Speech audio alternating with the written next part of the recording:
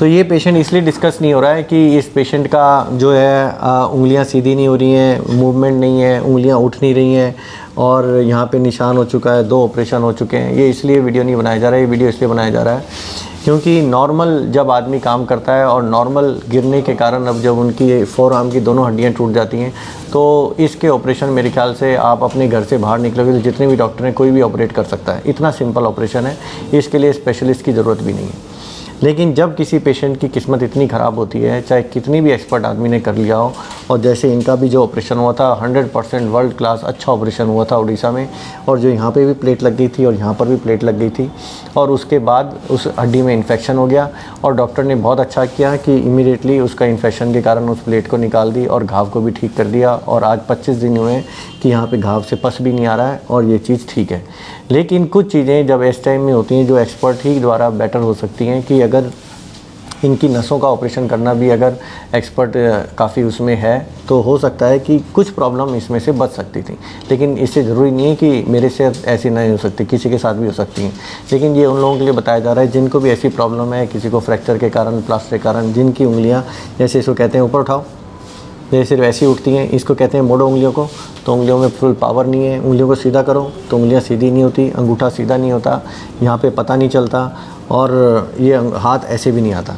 तो जो ऐसा हाथ है जिसमें ग्रिप ज़ीरो हो गई है और आगे की नसें भी टाइट हो गई हैं। जब मैं इसको पीछे करता हूँ तो उंगलियाँ सीधी नहीं होती, और जब मैं आगे करता हूँ तो उंगलियाँ मुड़ती नहीं हैं।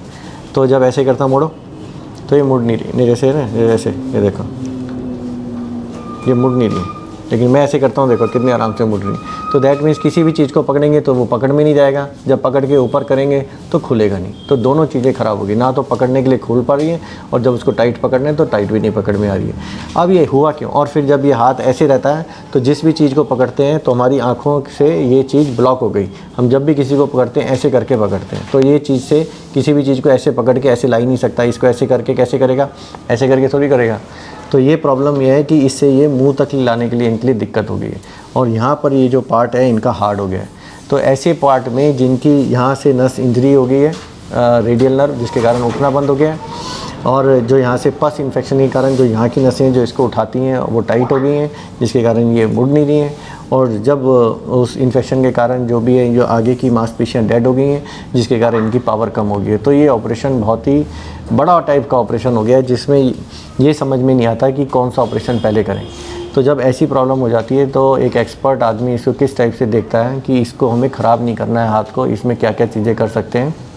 अगर पेशेंट को ये समझ में आती है कि जो चीज़ हो गई वो तो हो ही गई है, इस डॉक्टर को समझ में आ रही है बात और वो इसको ख़राब नहीं कर सकता, जितना है उसमें कुछ बेटर कर सकता है, तो उस पेशेंट को 100% डॉक्टर को भी चैलेंज देना चाहिए और पेशेंट को भी सब कुछ समझाकर उसका ऑपरेशन करना है। हमने इनको बताया है कि हम इनको यहाँ से खोलकर जितना भी पार्ट है यहाँ का जो दब गई है नसें उनको फ्री करेंगे, और जो ये पार्ट हैं जो टाइट हो गई हैं जिसके कारण ये सीधी नहीं हो रही, ये कोशिश करेंगे सीधी हो जाएँ, और जो चीज़ें काम नहीं कर रही हैं उनको ट्रांसफ़र करेंगे।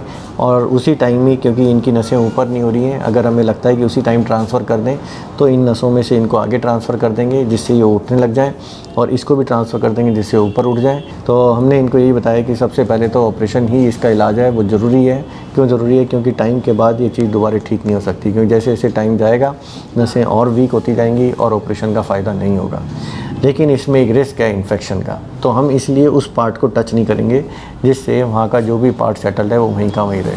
और हम नॉर्मल पार्ट कहाँ का टच करेंगे? यहाँ से यहाँ तक का करेंगे और यहाँ से यहाँ तक का करेंगे, जहाँ पे कोई चीज़ इंजर्ड नहीं है।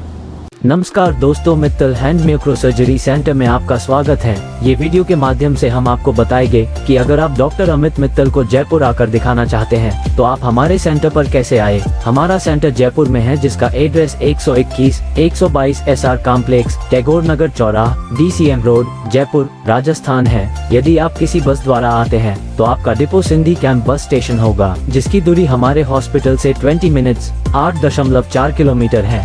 यदि आप किसी रेल द्वारा आते हैं तो आपका स्टेशन जयपुर जंक्शन स्टेशन होगा, जिसकी दूरी हमारे हॉस्पिटल से 14 मिनट्स 7.4 किलोमीटर है। यदि आप प्लेन के माध्यम से आते हैं तो एयरपोर्ट से हमारे हॉस्पिटल की दूरी 9.5 km है। सभी प्लेटफॉर्म पर आपको टैक्सी, बाइक आदि की सुविधा मिल जाएगी, जैसे ओला, उबेर या लोकल टैक्सी, उसके माध्यम से आप यहां आ सकते हैं। अगर फिर भी आपको किसी प्रकार की समस्या आ रही है तो आप हमारे दिए गए हेल्पलाइन नंबर संपर्क कर सकते हैं या आप गूगल पर डॉक्टर अमित मित्तल डाल के लोकेशन प्राप्त कर सकते हैं।